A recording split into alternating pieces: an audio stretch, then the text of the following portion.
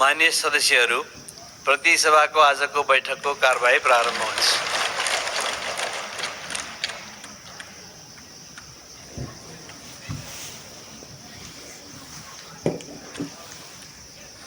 माननीय सदस्यहरू सबै उठ्नु भएको छ।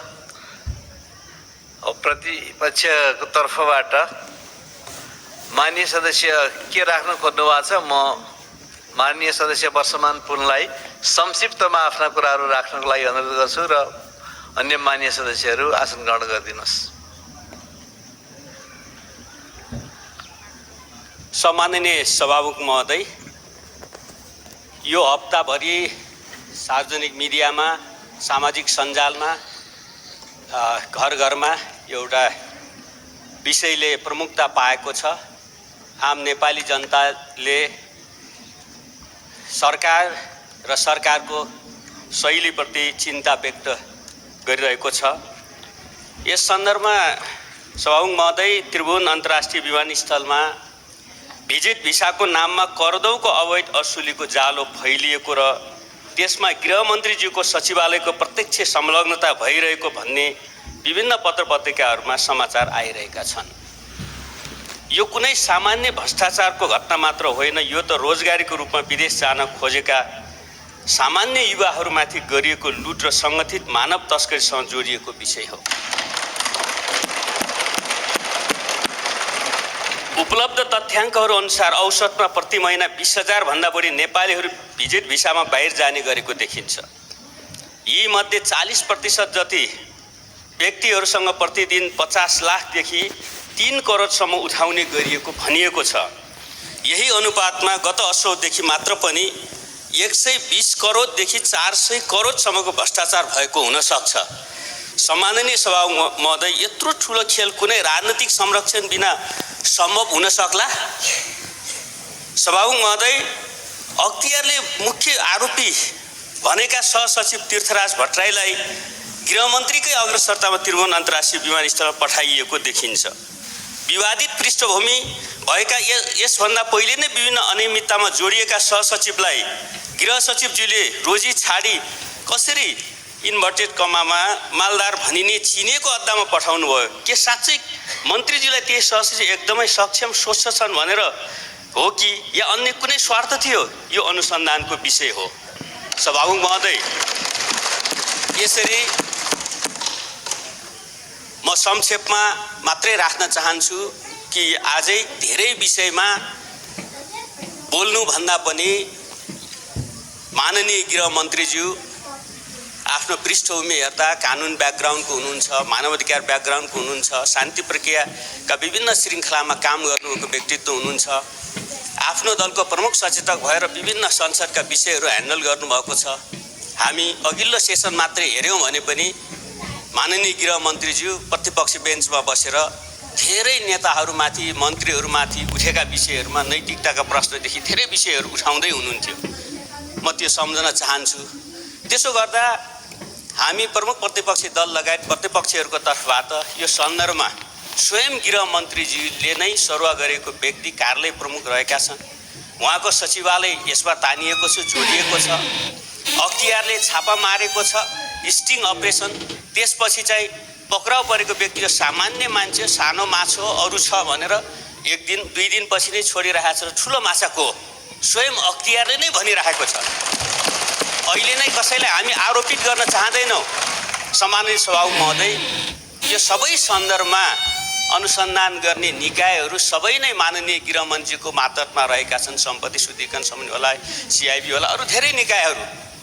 यस सन्दर्भमा माननीय गृहमन्त्रीजीले राजीनामा दिएर अनुसन्धानको लागि मार्ग प्रशस्त गरिदिनुहोस् भनेर हाम्रो विनम्र अनुरोध छ। उहाँको संलग्नता छ भनेर अहिले हामी दाबी गरिरहेका छैनौँ। उहाँका सचिवालय अरू धेरै कुरा आइरहेको छ। अहिले हामी धेरै कुरा उहाँलाई आरोपित गर्ने, अहिले सामान्यतया नेताहरूमा, पार्टीहरूमा नैतिकताको प्रश्न उठिरहेको, अविश्वास भइरहेको बेला अझ थप कोही नेताप्रति, कोही पार्टीप्रति अविश्वास फैलाउन हामीलाई रुचि छैन। तर यति गम्भीर विषय उठिसकेपछि स्वयं गृहमन्त्रीले नै मार्ग प्रशस्त गरिदिनुहोस् र छानबिनको लागि एउटा राम्रो छानबिन गर्ने वातावरण, निष्पक्ष छानबिन गर्ने वातावरण बनाइदिनुहोस्। हामी अनुरोध गर्न चाहन्छौँ। यो अवस्था नबन्दासम्म हामी सम्पूर्ण प्रतिपक्षको तर्फबाट यो नियमित प्रक्रिया अगाडि बढ्न दिन सक्दैनौँ। हामी यो म जानकारी गराउन चाहन्छु। धन्यवाद।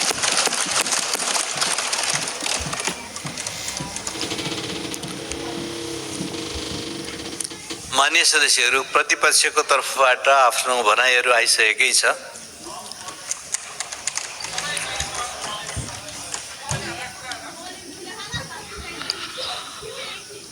अब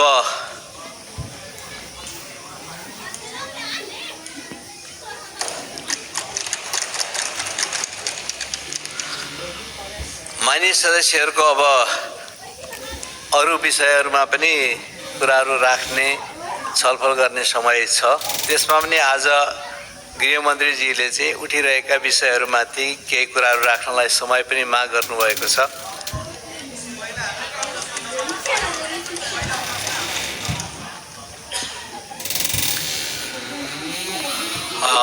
अब कतिपय मान्य सदस्यहरूले आकस्मिक रूपबाट घटेका घटनाहरूलाई लिएर केही कुराहरू राख्न पनि माग यहाँ गरिरहनु भएको छ।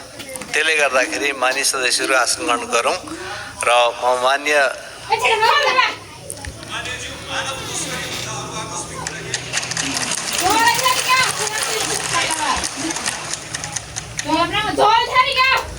मान्य सदस्यहरू आसन ग्रहण गरेर कार्यक्रमलाई अगाडि लाने सन्दर्भमा नि यी विषयमा छलफल गर्दै जान सकिन्छ। म त्यसतर्फ मान्य सदस्यहरूको ध्यान आकर्षित गराउँछु र बस्नको लागि म अनुरोध गर्दछु।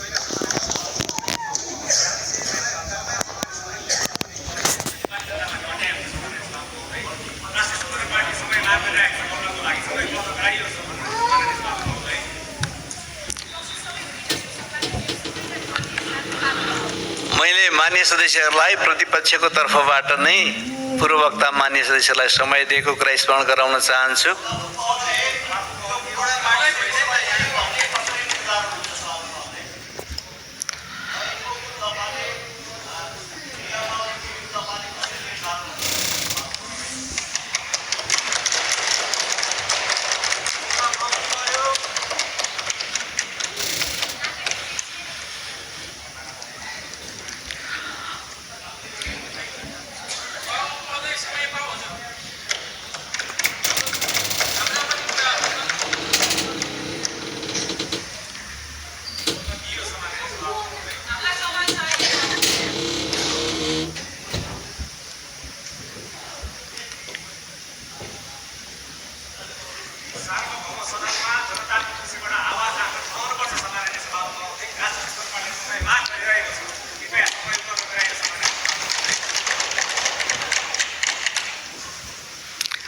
माननीय सदस्य शिशिर खनाल संक्षिप्तमा आफ्ना कुराहरू राख्नुहोस्। संक्षिप्तमा।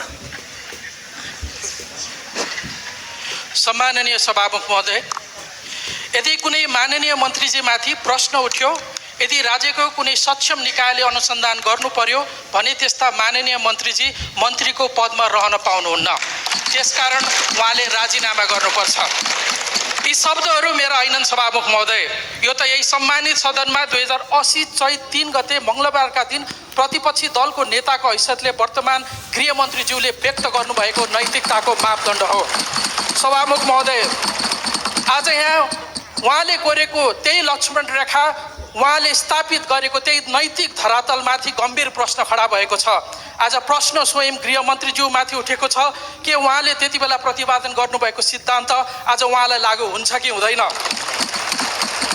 किनकि उहाँको गृह प्रशासनको नागपुनी त्रिभुवन अन्तर्राष्ट्रिय विमानस्थलमा भिजिट भिसाको नाममा निर्दोष नेपाली युवाहरूलाई लुटेर करोडौँको अवैध असुलीको र्याकेट चलिरहेको छ।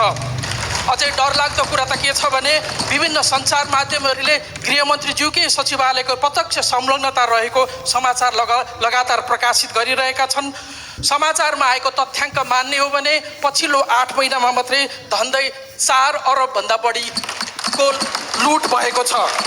यत्रो ठुलो खेल कुनै राजनीतिक संरक्षण बिना सम्भव छ कि छैन? गृहमन्त्रीजीले पठाउनु भएको सहसचिव विवादित पृष्ठभूमिको हुनुहुँदो रहेछ, तर किन उहाँलाई अध्यागमनमा पठाइयो? के गृहमन्त्रीज्यूले थाहा नपाएर, स्वच्छ भएर, सक्षम भएर भनेर पठाउनु भयो कि यो उहाँको पनि स्वार्थ जोडिएको विषय हो? यसमा अनुसन्धान हुनुपर्छ। यसमा एक व्यक्ति मात्रै होइन, सम्माननीय सभामुख महोदय, माननीय गृहमन्त्रीज्यूकै सचिवालयमा रहेका कर्मचारीहरू पनि यही पृष्ठभूमिमा जोडिएको देखिन्छ। साथसाथै अख्तियारले छापा मार्न एक दिन अगाडि विवादित सहसचिवलाई सरुवा गरेको देखिन्छ। कानुनका पृष्ठभूमि भएका मन्त्रीज्यूलाई थाहा छ, यदि कुनै निकायले प्रमाण जुटाउँदैछ भने प्रमाण जुटाउन दिने कि प्रमाण नष्ट गर्नको लागि उसलाई सरुवा गरिदिने। अब अनुसन्धान कर्मचारी माथि मात्रै होइन, गृहमन्त्रीमाथि पनि हुनुहुन्छ। यसमा प्राविधिक अनुसन्धान हुनुपर्छ, मोबाइलहरूमा र ल्यापटपहरूको परीक्षण हुनुपर्छ, तर त्यो परीक्षण गर्ने निकाय प्रहरीका मार्फतको विधि विज्ञान प्रयोगशाला हो। तर अहिलेको परिवेशमा के स्वच्छ अनुसन्धान होला, रोज स्वच्छ रिपोर्ट आउला त? हामीलाई प्रशस्त आशंकाहरू छन्। माननीय गृहमन्त्रीजीको नेतृत्वमा यसभन्दा अगाडिका सरकारले अनुसन्धान गरी उच्च राजनैतिक तहको संलग्नता रहेको भनेको भुटानी शरणार्थीको काण्ड दबाइएको छ। सहकारीको मुद्दामा रवि लामिछानेलाई 3-3 महिना हिरासतमा राखेर अनुसन्धान गर्यो, तर सत्ता पक्षका सांसदलाई प्रहरीको कार्यकक्षमा बोलाइ चिया खुवाएर पठाइएको छ। सम्माननीय सभामुख महोदय, अब हामी कसरी विश्वस्त हुने गृहमन्त्रीले निष्पक्ष छानबिन गर्नुहुन्छ भनेर? यो कुनै एक कर्मचारीले नागरिकता बनाउन गएको बेला नागरिकसँग घुस मागेको विषय होइन। यो त म्यान पावरदेखि एयरलाइनसम्म, कर्मचारीदेखि मन्त्रीज्यूसम्मको सचिवालय जोडिएको छ। प्रश्न मन्त्रीज्यूमाथि उठेको छ, अनुसन्धान हुनुपर्छ, राजीनामा आउनुपर्छ। तर हामी राजीनामा मात्रै माग्दै छैनौँ, सङ्गठित ढङ्गले गरिएको यो भ्रष्टाचारको निष्पक्ष अनुसन्धान हुनुपर्छ। सङ्गठित अपराध र सम्पत्ति शुद्धिकरणसँग जोडिएर हेर्ने गरी छानबिन गर्न एक उच्च स्तरीय छानबिन आयोग नबनेसम्म संसद चल्न सक्दैन। निर्दोष नेपालीहरूमाथिको अत्याचार हामी ठुलो हेरेर बस्न सक्दैनौँ। सम्मान्य सभामुख महोदय, हामी संसदलाई अगाडि बढाउन सक्दैनौँ। धन्यवाद।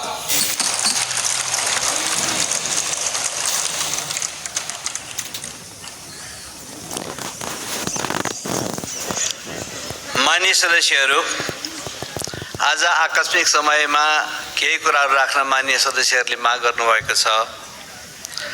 आज हाम्रो शून्य समय पनि निर्धारण गरिएको छ। विशेष समयमा पनि बोल्ने गरी दलीय आधारमा तय गरिएको छ र मैले अघि पनि भने गृहमन्त्रीजीले केही कुराहरू राख्नु भएको छ। यहाँ उठेकै विषयमा सम्भवतः उहाँले प्रश्न गर्नुपर्नेछ, त्यसले गर्दाखेरि गर्नुहुनेछ। र अब यहाँहरूले राखेका कुराहरूको ध्यान आकृष्ट भएकै छ, जानकारी भएकै छ। मान्य सदस्यहरू आसन ग्रहण गरेर हाम्रो नियमित कारबाहीलाई अगाडि लानको लागि सहयोग गर्न म मान्य सदस्यहरूलाई अनुरोध गर्दछु।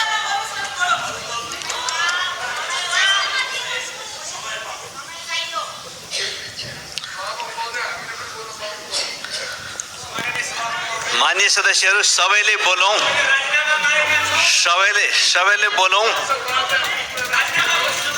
सबैले बोलौँ, तर विधि अन्तर्गत बोलौँ।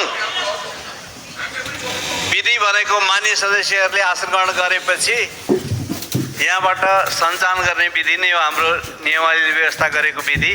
त्यसले गर्दाखेरि सबै मान्यजीहरू आसन ग्रहण गरेर आलो पालो समय लिएर बोलौँ र अगाडि बढौँ।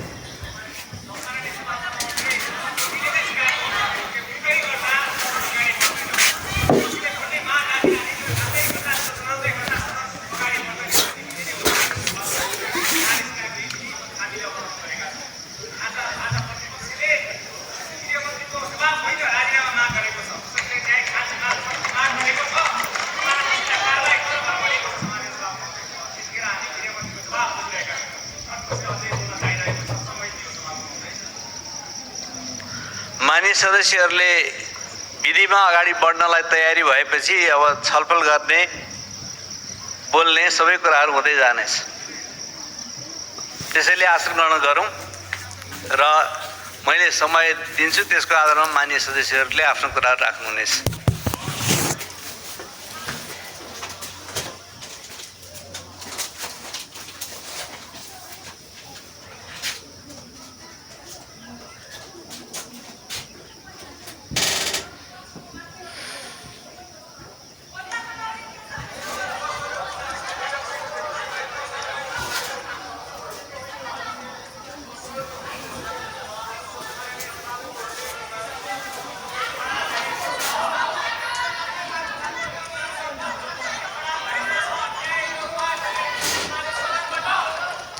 माननीय सदस्यहरू, यहाँले गृहमन्त्रीसँग सम्बन्धित भएर अहिले के भनेदेखि उठिरहनु भएको छ, आफ्नो कुराहरू राखिरहनु भएको छ।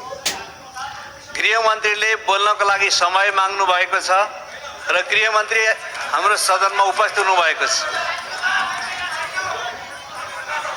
अब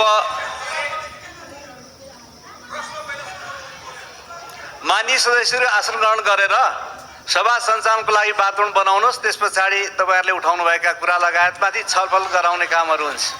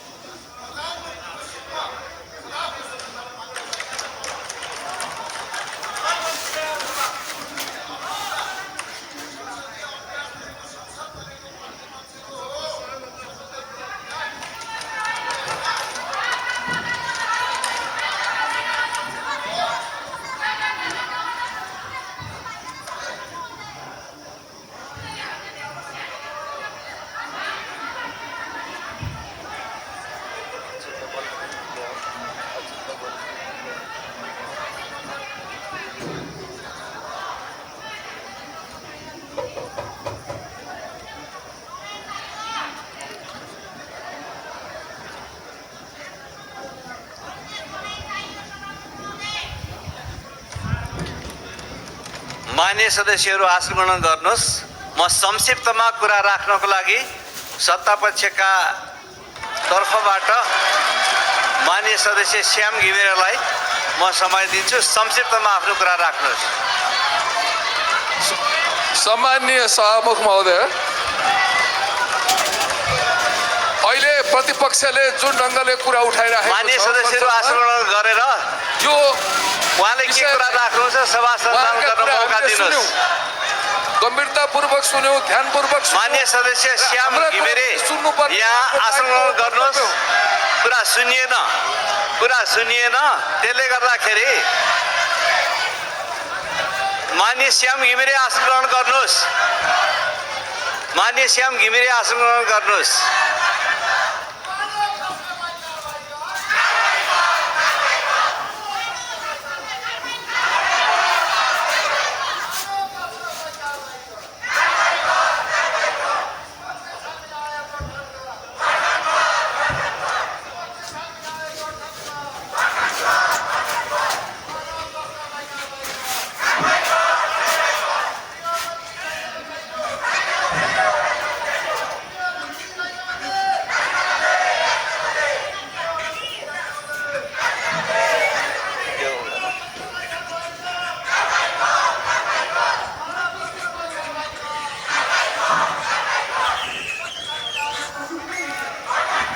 माननीय सदस्यहरू, अब यो बैठक आजै आधी घण्टाको लागि स्थगन हुन्छ।